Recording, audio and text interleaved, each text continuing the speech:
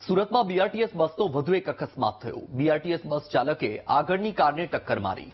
બસના ડેશકેમમાં અકસ્માતની ઘટના કેદ થઈ।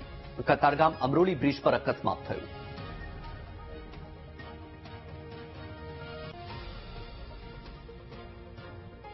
તો આ દ્રશ્યો છે સુરતમાં બીઆરટીએસ બસનો વધુ એક અકસ્માત। અવારનવાર બીઆરટીએસ બસ અકસ્માત કરી રહી છે, ત્યારે વધુ એક અકસ્માત। વધુ માહિતી મેળવીએ સંવાદદાતા ધ્રુવ સોમપુરા ફોન લાઈન પર છે। ધ્રુવ, બીઆરટીએસ બસે વધુ એક અકસ્માત કર્યો, શું માહિતી આ અકસ્માતને લઈને? બિલકુલ, સુરતના અમરોલી જે બ્રિજ છે ત્યાં બીઆરટીએસ બસે વધુ એક અકસ્માત કર્યો છે। કતારગામ અમરોલી બ્રિજ પર બીઆરટીએસ બસ દ્વારા એક અકસ્માત કરવામાં આવ્યો છે, જ્યાં વોર્ડ નંબર 1 ના ભાવિન પટેલ જે છે તેની કારને બીઆરટીએસ બસે પાછળથી જોરદાર ટક્કર મારી છે। આ સમગ્ર ઘટના બીઆરટીએસ બસમાં લાગેલા સીસીટીવી કેમેરામાં પણ કેદ થઈ ગઈ છે। મહિલા કોર્પોરેટર જે છે તેના પતિએ આ એજન્સી પાસે નુકસાની પેટે ચોક્કસ રકમ પણ લઈ લીધી છે અને ફરિયાદ ન કરવાનું ટાળ્યું છે।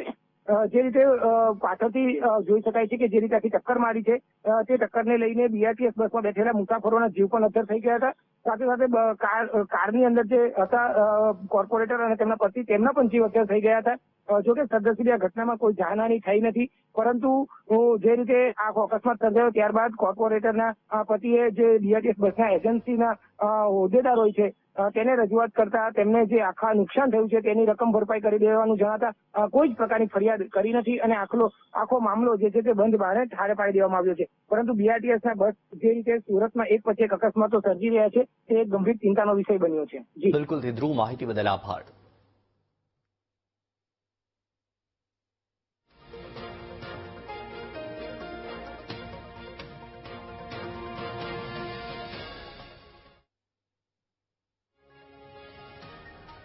તો આ દ્રશ્ય તમારી ટીવી સ્ક્રીન પર તમે જુઓ। સુરતના આ દ્રશ્ય